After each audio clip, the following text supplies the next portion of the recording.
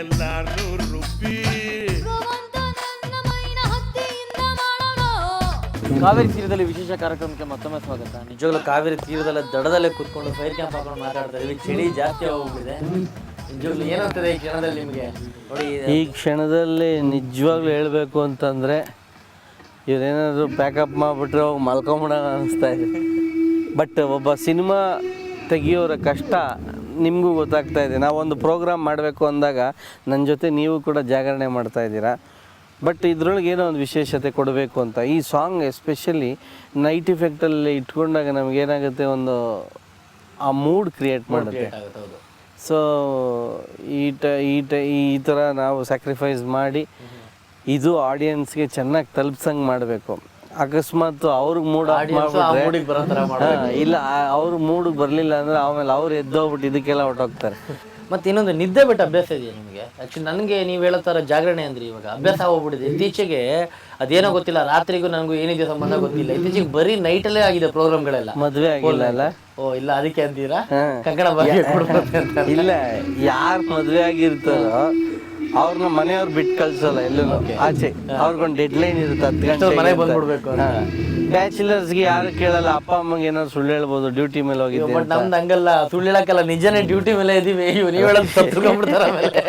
ನಿಜವಾಗ್ಲೂ ಡ್ಯೂಟಿ ಮೇಲೆ ಮನೇಲಿ ನೋಡ್ತಾರೆ ರಾತ್ರಿ ನನ್ನ ಮಗ ಕಷ್ಟಪಡ್ತಾನೆ ನೋಡಪ್ಪ ಅಂತ. ನಮ್ಗೆ ಹಂಗೆಲ್ಲ ಇಲ್ಲ, ನಮ್ದೆಲ್ಲದು ಟೈಮ್ ಇರ್ತದೆ. ಆ ಟೈಮ್ಗೆ ಮನೆಗೆ ರೀಚ್ ಆಗಲಿಲ್ಲ ಅಂತಂದರೆ ಫೋನ್ಗಳು ಬರ್ತಾ ಇರುತ್ತೆ. ಫೋನ್ ಬರುತ್ತೆ, ನಿದ್ದೆ ಸೇರ್ತಲ್ಲ ಆಮೇಲೆ ಮನೇಲಿ ಅಷ್ಟೇ. ಆಮೇಲೆ ತುಂಬ ಇದೆ ಹಾಗಾದ್ರೆ. ಸೊ ನಾನು ಮುಂಚೆಲ್ಲ ಬಿಟ್ಟಿದ್ರೆ ನಿದ್ದೆಲ್ಲ ಬಿಟ್ಟು ಅಭ್ಯಾಸ ಇದೆಯಾ? ಇವಾಗ ನಿಮ್ ಕಣ್ಣು ನೋಡಿದ್ರೆ ಗೊತ್ತಾಗ್ತದೆ, ಫುಲ್ ಕೆಂಪಾಗಿ ಹೋಗ್ಬಿಟ್ಟಿದೆ ನಿಮಗೆ. ಆ್ಯಕ್ಚುಲಾಗಿ ನಾನು ನಿದ್ದೆ ಒಂದು ಮೂವಿ ಒಳಗೆ ನಾನು ವಾರ ಶೂಟಿಂಗ್ ಮಾಡಬೇಕಾದ್ರೆ 12 ಗಂಟೆವರೆಗೂ ಅವತ್ತು ಮಾಡಲೇಬೇಕಾದಂಥ ಒಂದು ಪರಿಸ್ಥಿತಿ ಮಾಡಿಬಿಟ್ಟು ಆ ಸೀನ್ ಎಷ್ಟು ಕೆಟ್ಟದಾಗಿ ಬಂದಿತ್ತು ಅಂದರೆ ಮತ್ತೆ ರೀಶೂಟು ಮಾರನೇ ದಿನ ನನಗೆ 6 ಗಂಟೆ ಮೇಲೆ ನನ್ನ ಕೈಯಲ್ಲಿ ತಡೆಯೋಕ್ಕೆ ಆಗಲ್ಲ. ಬಟ್ ಏನು ನನಗೆ ಗೊತ್ತಿಲ್ಲ, ಇದು ನಾನೇ ದುಡ್ಡು ಹಾಕ್ತಾ ಇರೋದಕ್ಕೋ ಏನೋ ಈ ಶ್ರಮ ಜಾಸ್ತಿ ಪಟ್ಟು ಇದು ಮಾಡಬೇಕು. ಬಟ್ ಯೂಶ್ವಲಾಗಿ ಬೇರೆ ಪ್ರೊಡ್ಯೂಸರ್ಸ್ ಡೈರೆಕ್ಟರ್ಸ್ ಕಂಪ್ಲೇಂಟ್ ಮಾಡ್ಬೋದು, ನೋಡಿರಿ ಕೋಮಲ್ ನಾವು 6 ಗಂಟೆ ಮೇಲೆ ಆದರೆ ಮಾಡಲ್ಲ, ಇವಾಗ ನೋಡಿರಿ ಅವ್ರ ಪಿಕ್ಚರ್ ಸ್ವಂತ ಪಿಕ್ಚರ್ ಮಾಡ್ಕೋತಾರೆ ಅಂತ. ಬಟ್ ಇದನ್ನ ನೈಟ್ ಮಾಡಲಿಲ್ಲ ಅಂದರೆ ಮಾಡೋಕ್ಕಾಗಲ್ಲ, ಆರ್ಟಿಫಿಷಿಯಲ್. ಹೌದು. ಮರ್ಯಾದೆ ರಾಮಣ್ಣಲ್ಲಿ ಇದೇ ರೀತಿ ಟ್ರೈ ಮಾಡೋಕ್ಕೆ ಹೋಗಿ ಡೇ ಇಫೆಕ್ಟಲ್ಲೇ ನೈಟ್, ಡೇ ಫಾರ್ ನೈಟ್ ಅಂತಾರೆ, ಅದನ್ನು ಟ್ರೈ ಮಾಡೋಕ್ಕೆ ಹೋಗಿ ಚೆನ್ನಾಗಿ ವರ್ಕೌಟ್ ಆಗಲಿಲ್ಲ. ಸೊ ಅದಕ್ಕೋಸ್ಕರ ಇಲ್ಲಿ ಸರಿಯಪ್ಪ ಚೆನ್ನಾಗಿ ಇಲ್ಲದೇ ಇದಿರಲ್ಲ, ಈ ಲೈಟಿಂಗ್ ಒಳಗೆ ಒಂದು ವಿಶೇಷತೆ ಇರುತ್ತೆ ಅಂದ್ಬಿಟ್ಟು ಮಾಡಿದ್ದು. ಮೋಸ್ಟ್ಲಿ ಇನ್ನೊಂದು ನಿದ್ದೆ ಇವಾಗ ಬರ್ತಾ ಇದೆ ಅಂದ್ರೆ ಅದಕ್ಕೆ ಇನ್ನೊಂದು ಕಾರಣ ಇರ್ಬೋದು. ಪರೋಲಿಲಿ ಇದ್ದಿದ್ರೆ ನಿದ್ದೆ ಬರ್ತಿರ್ಲಿಲ್ಲ ಅನ್ಸುತ್ತೆ. ಯಾಕಂದ್ರೆ ನಾರ್ಮಲ್ ಆಗಿ ನಿನ್ನ ಸಿನಿಮಾದಲ್ಲಿ ಹೀರೋಯಿನ್ಸ್ ರಿಪೀಟ್ ಆಗಿರಲಿಲ್ಲ ಇದುವರೆಗೂ. ನನಗೆ ನಿದ್ದೆ ಬರ್ತಿಲ್ಲ, ನಿಮಗೆ ನಿದ್ದೆ ನನಗೆಲ್ಲಪ್ಪ, ನೀವೆಲ್ಲ ಜೊತೆ ನಮಗೆ ನಿದ್ದೆ ಬರ್ತದೆ, ನಾವು ನಿದ್ದೆ ಮಾಡೋಂಗೇ ಇಲ್ಲ ಅಲ್ಲಿ. ಆ್ಯಕ್ಚುಲಾಗಿ ನನಗೆ ಹೊಸಬ್ರನ್ನ ಹಾಕಬೇಕು ಅಂತ ಆಸೆ ಇತ್ತು. ಬಟ್ ಕತೆ ಹೇಳಿದಾಗ ತುಂಬ ಇಷ್ಟಪಟ್ಟರು. ಅವರು ಒಂದು ಕ್ರಿಶ್ಚಿಯನ್ ಪಾತ್ರ ಮಾಡ್ತಾರೆ ಈ ಪಿಕ್ಚರಲ್ಲಿ. ಅಲ್ಲಿ ಮುಸ್ಲಿಂ ಪಾತ್ರ, ಇಲ್ಲಿ ಕ್ರಿಶ್ಚಿಯನ್ ಪಾತ್ರ.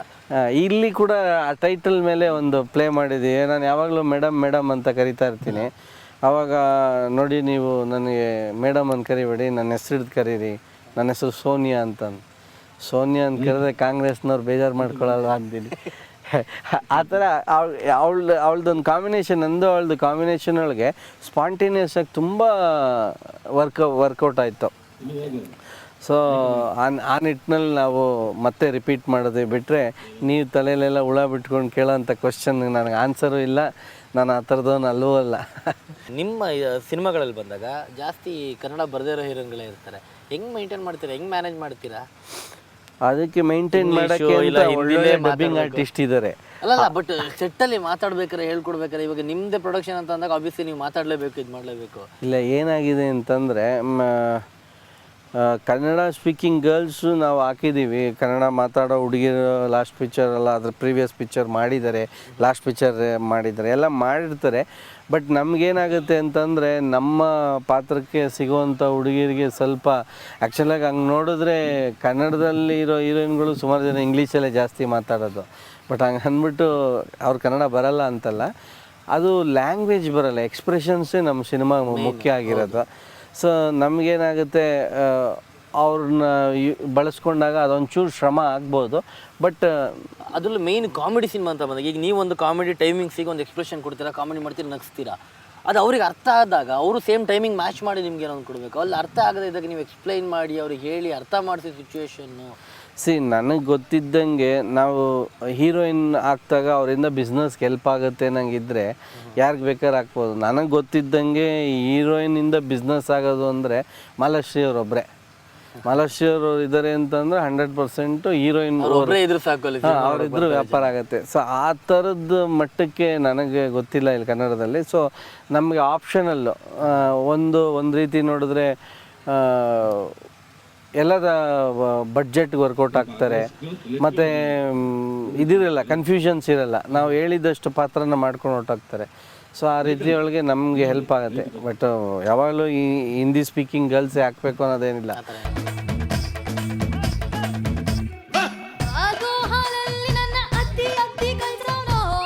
ಬೀಚ್ ಸೈಡಲ್ಲಿ ಈ ಥರ ಒಂದು ನೈಟ್ ಹೊತ್ತಲ್ಲಿ ಫೈರ್ ಕ್ಯಾಂಪ್ ಹಾಕ್ಕೊಂಡು ಕೂಲಾಗಿ ಕುತ್ಕೊಂಡು ನಿಮ್ಮ ಲೈಫಲ್ಲಿ ಯಾವ ಥರ ಹೊರಗಡೆ ಹೋಗಿದ್ರೆ ಸ್ಪೆಂಡ್ ಮಾಡಿರೋದು? ನಾನು ಆ್ಯಕ್ಚುಲಾಗಿ ನಾಗರಹೊಳೆಯಲ್ಲಿ ಈ ಥರ ಒಂದು ಸ್ಪೆಂಡ್ ಮಾಡಿದ್ದೀನಿ. ಹೌದು, ನಮ್ಮ ಫುಲ್ ಫ್ಯಾಮಿಲಿ ಹೋಗಿದ್ದು. ಬಟ್ ಇದು ಆ್ಯಕ್ಚುಲಾಗಿ ತುಂಬ ಖುಷಿ ಕೊಡೋವಂಥದ್ದು. ನಾವು ಊಟಿಲಿ ಶೂಟಿಂಗ್ ಮಾಡಿದಾಗಲೂ ಅಷ್ಟೇ. ನಾನು ಒಂದು ಮನೆಯೊಳಗೆ ಶೂಟಿಂಗ್ ಮಾಡಬೇಕಾದ್ರೆ, ನಾನು ಊಟಿಲಿ ಓದಬೇಕಾದ್ರೆ ನಮಗೇನಾಗಿತ್ತು, ಫೈರ್ ಫರ್ನೇಸ್ ಅಂತ ಜಾಗ ಇರುತ್ತೋ ಅಲ್ಲಿ ಈ ಥರ ಸೌದೆಗಳು ಹಾಕ್ದಾಗ ಆ ರೂಮೇ ಬೆಚ್ಚಗಿರೋದು. ಇವಾಗೆಲ್ಲ ಹೀಟರ್ಸ್ ಬಂದ್ಬಿಟ್ಟಿದೆ. ಬಟ್ ನಮಗೆ ಅಥೆಂಟಿಕ್ಕಾಗಿ ನಮ್ಗೆ ಚೆನ್ನಾಗಿ ಕಾಣಬೇಕು ಅಂತ ಅಂದ್ಬಿಟ್ಟು ನಾನು ಒಂದು ಮನೆಯೊಳಗೆ ಶೂಟಿಂಗ್ ತೊಗೊಂಡು, ನನ್ನ ಕಸಿನ್ ಮೋಹನ್ ಅಂತ ಇದ್ದಾರೆ, ಅವನಿಂದನೇ ನಾನು ಊಟಿಲಿ ಶೂಟಿಂಗ್ ಮಾಡೋಕ್ಕೆ ಈಸಿಯಾಗಿದ್ದು. ಅವರು ಇದೆಲ್ಲ ಈ ಥರ ಫೈರೆಲ್ಲ ಹಾಕ್ಬಿಟ್ಟು ಡೈರೆಕ್ಟ್ರ್ ಕೇಳಿ ಮಾಡಿಬಿಟ್ವಿ. ಅವ್ರ ವೈಫು ಹೆಸಿಟೆಂಟ್, ಬೇಡ ಅನ್ನೋರು ಮಾಡಿಬಿಟ್ವಿ. ನೋಡಿದ್ರೆ ಫುಲ್ಲು ಹೊಗೆ ತುಂಬ್ಕೊಂಡು ಅದು ಹೋಗೋದಿಲ್ಲ. ಏನಕ್ಕೆ ಅಂದರೆ ಊಟಿಲೇ ಇವಾಗ ಯಾರು ಈ ಥರ ಬಳಸ್ತಾ ಇಲ್ಲ. ಸೊ ಇದು ಈ ಥರ ಒಂದು ನ್ಯಾಚುರಲ್ ವೇ ಆಫ್ ಇದು ನಾವು ಈ ಥರ ಆಚೆ ಕಡೆ ಬಂದಾಗ್ಲೇ ಒಂದು ಸೌದೆ ಒಲೆಯಲ್ಲಿ ಊಟಗಳು, ಸೌದೆ ಒಲೆಯಲ್ಲಿ ಸ್ನಾನ ಮಾಡೋಕೆ ನೀರು. ದೀಪಾವಳಿ ಹಬ್ಬಕ್ಕೆ ಈ ಥರ ವಿಶೇಷವಾಗಿ ನಮ್ಮ ತಾಯಿ ನನ್ನ ಚಿಕ್ಕ ವಯಸ್ಸಲ್ಲಿದ್ದಾಗ ಈ ಥರ ಒಂದು ದೊಡ್ಡ ಅಂಡೆ ಒಳಗೆ ಎಣ್ಣೆ ಸ್ನಾನ ಕಂಪಲ್ಸರಿಯಾಗಿ ಮಾಡೋರು. ಇವತ್ತು ಆ ಆರ್ಥೋಡಾಕ್ಸ್ ಫೀಲಿಂಗು, ಆ ಥರ ಸಂಪ್ರದಾಯಗಳು ಸ್ವಲ್ಪ ಕಮ್ಮಿ ಆಗ್ತಾ ಇದೆ. ಅದೆಲ್ಲ ಹಳೇದು ನೆನೆಸ್ಕೊಂಡಾಗ ಇವತ್ತು ನಿಮ್ಮ ಜೊತೆ ಇದ್ದಾಗ ಈ ಫೈರ್ ಕ್ಯಾಂಪು ಅದೆಲ್ಲ ಒಂದು ಖುಷಿ ಕೊಡ್ತಾ ಇದೆ. ಇಲ್ಲಿ ಎಣ್ಣೆ ಸ್ನಾನ ಇಲ್ಲ, ಬಟ್ ಈ ಕಡೆ ಬೆಂಕಿ ಇದೆ, ನೀರು ಯಾವುದೂ ಇಲ್ಲ ಇಲ್ಲಿ. ಅಲ್ಲ ಮೈ ಎಣ್ಣೆ ಅದಕ್ಕೆ ಇಲ್ಲಿ ಬೆಂಕಿ ಇದೆ, ಆ ಕಡೆ ನೀರಿದೆ. ಬೇಕಾದ್ರೆ ಇಲ್ಲಿ ಬೆಂಕಿಲಿ ಕಾಯ್ಸ್ಕೊಂಡ್ಬಿಟ್ಟು ಹೋಗ್ಬಿಟ್ಟು ಸ್ನಾನ ಮಾಡ್ಕೊಂಡ್ಬಂದು. ಶರ್